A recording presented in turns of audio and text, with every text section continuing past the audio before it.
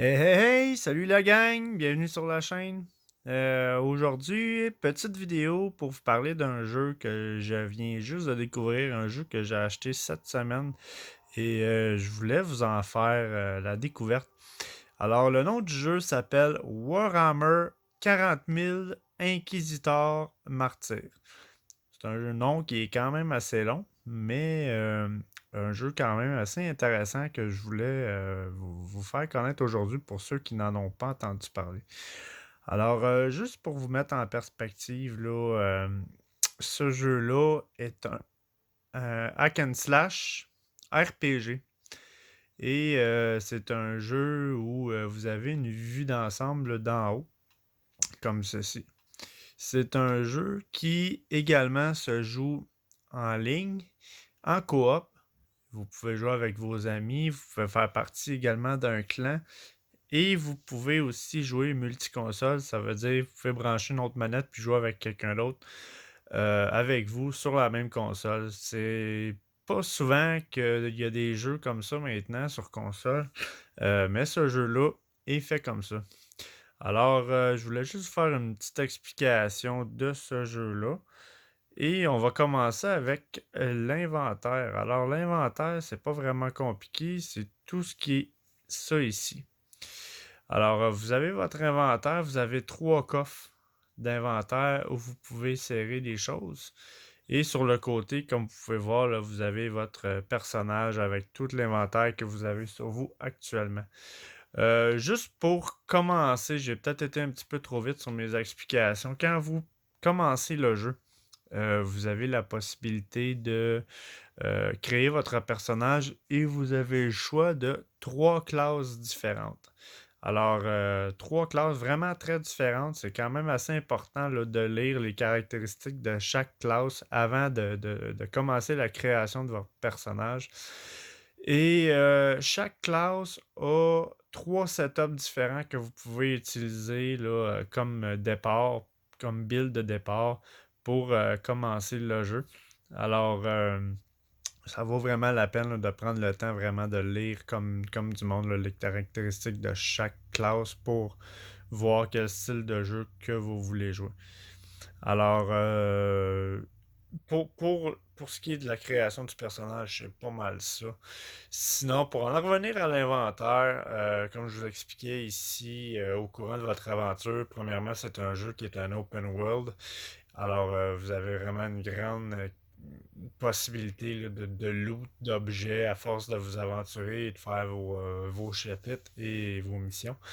Et au courant de l'histoire, vous allez acquérir des choses, trouver des choses.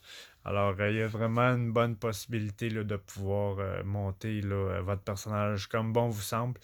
Moi, j'ai juste essayé ce personnage-là actuellement. Alors, probablement que au niveau de l'inventaire puis de la construction même des pièces sur votre personnage sont différentes d'une classe à l'autre, ça c'est sûr et certain. Alors, ça va être à vous de le découvrir. Alors, tout l'inventaire ici est sur le côté quand vous en avez. Moi, je viens de vendre mes choses. Vous avez dans le bas ici de l'argent là, que vous accumulez dans le jeu pour pouvoir acheter des choses. Vous pouvez également vendre votre surplus d'inventaire là, sans problème quand vous arrivez à votre vaisseau que je vais vous présenter un petit peu plus tard dans la vidéo. Alors, pour l'inventaire, c'est quand même assez simple. Sinon, ici, on va aller dans personnage. Alors, ça ici, c'est tout ce qui est stats de votre personnage. Alors, vous pouvez voir les statistiques de votre personnage au niveau point de vie, répression, concentration, tout ce que votre personnage a comme statistiques. Vous allez avoir ces informations-là ici. Vous avez également l'information de lorsque vous allez monter de niveau, combien d'expérience qui vous manque. Et il va vous donner également des récompenses à chaque fois que vous montez de niveau. Et en dessous ici, vous avez les attributs que vous pouvez mettre à votre personnage et que vous allez débloquer à force de monter de niveau. Alors pour ce qui est de le personnage, au niveau des explications, c'est à peu près ça. Également, dans le bas, vous voyez, vous avez trois cases. Vous allez avoir des aptitudes que vous allez pouvoir mettre sur votre bonhomme là, à force de monter de niveau. Ces aptitudes-là sont uniques à chaque classe. Chaque classe a ses aptitudes. Alors, ça va être à découvrir. Maintenant, pour ce qui est des passifs, les passifs, ce sont d'autres points de compétence que vous pouvez ajouter à votre personnage qui vont vous permettre justement de définir le build que vous voulez faire. Alors moi, en ce moment, je suis en train de monter un build de soutien. Euh, mais vous pouvez changer à tout moment là, vos builds à mesure que vous gagnez des points de compétence. Bien évidemment, les points de compétence, vous les gagnez quand vous réussissez des missions, quand vous montez de niveau, ces choses-là. Et à suivre. Vous allez pouvoir monter votre bonhomme là, comme bon vous semble. Maintenant, dans les actions héroïques. Les actions héroïques, ce sont un peu des défis que le jeu vous lance à faire, qui va également vous donner des points de compétence pour monter votre bonhomme. Alors, c'est certains défis que vous réussissez à faire à force de jouer qui vont vous donner ces points-là de plus pour justement modifier votre personnage. Vous avez les onglets terminés pour ce que vous avez terminé et vous avez les onglets tout où ce que toutes les informations sont à la même endroit. Et maintenant, moralité, j'ai pas encore débloqué. Je pourrais pas vous donner beaucoup d'infos là-dessus puisque je commence le jeu. Alors, j'ai pas grande information à vous donner là-dessus actuellement. Maintenant, fiche de personnage, ben vous voyez, on vient d'y aller. Quand vous pèsez sur Select, ici, là, vous avez toutes les informations que je viens de vous donner. Maintenant, Cabal, on va aller voir qu'est-ce que c'est. Cabal, c'est un endroit où vous pouvez faire des recherches pour justement faire partie d'un clan. Alors, vous pouvez faire une demande ici pour recevoir, pour faire partie d'un clan. Et vous pouvez également recevoir là, des demandes de personnes qui voudraient que vous fassiez partie de leur clan. Alors, il y a possibilité ici là, de pouvoir faire ces recherches-là. Vous pouvez marquer le nom si jamais vous avez des gens qui jouent, qui ont un clan. Vous pouvez marquer le nom pour avoir accès. Et vous pouvez également modifier au niveau de la région, tout ça.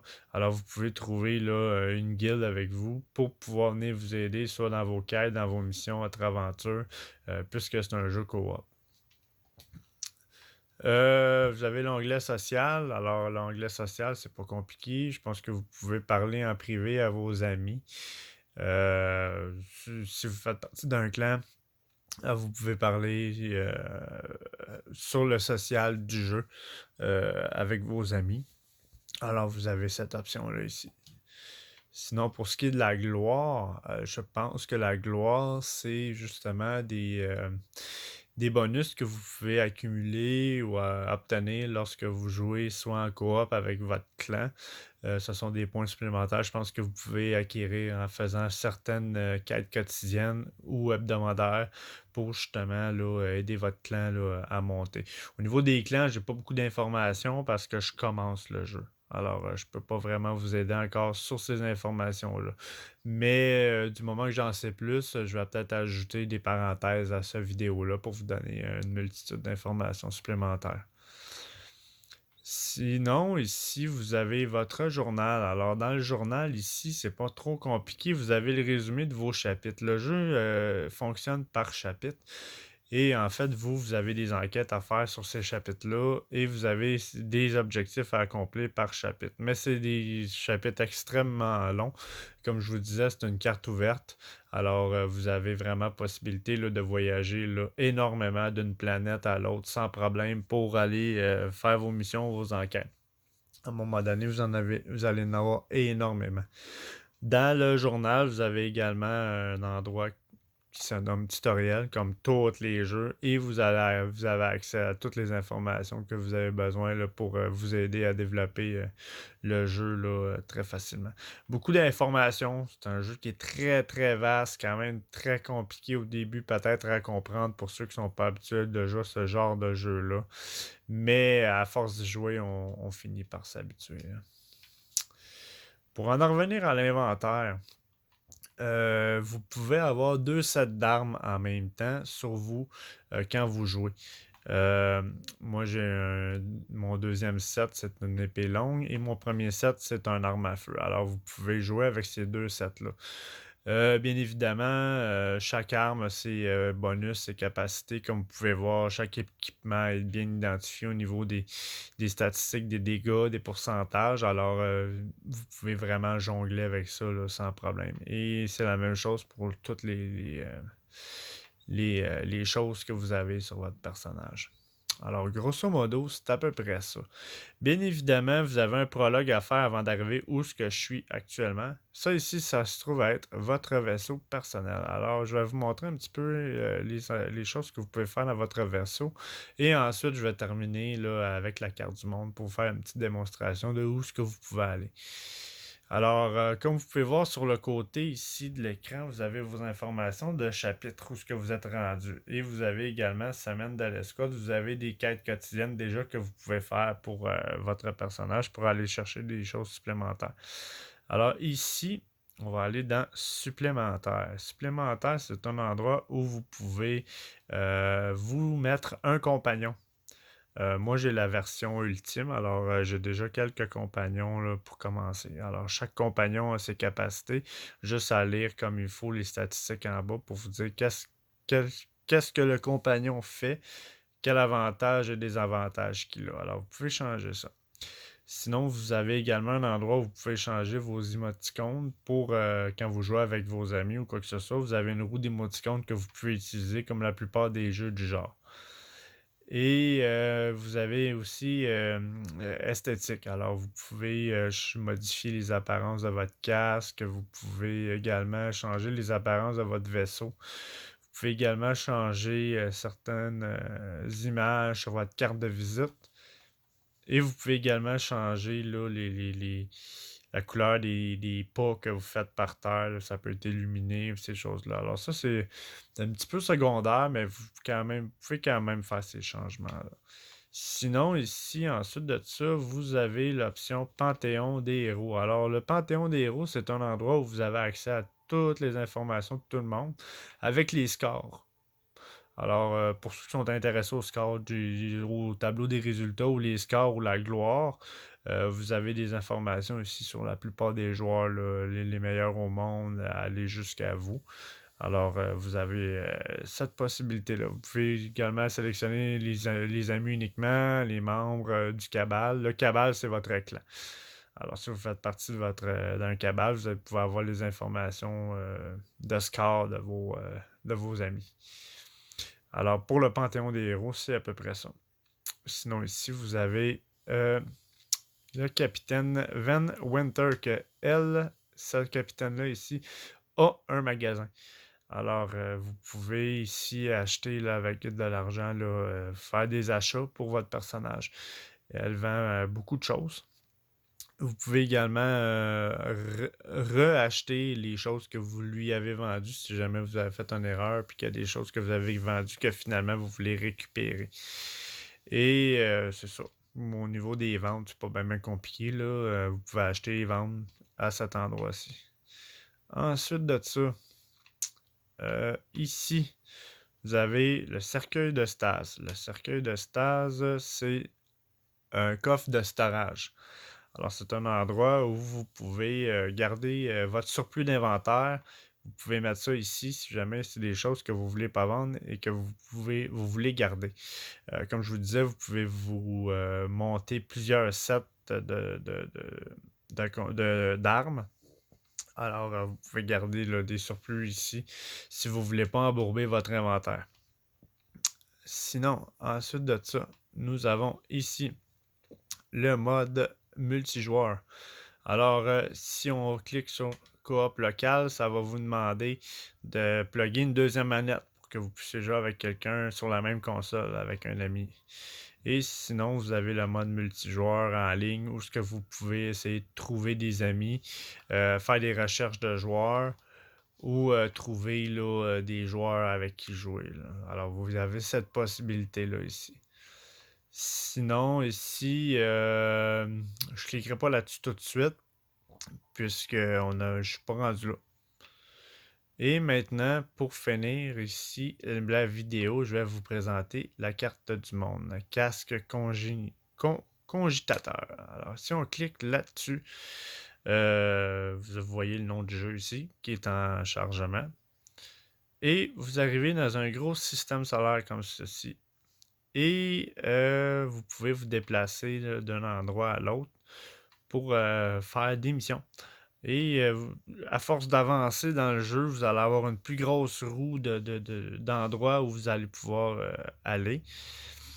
Alors, moi, j'ai fait la station ici, Relais, qui est déjà terminée, je crois.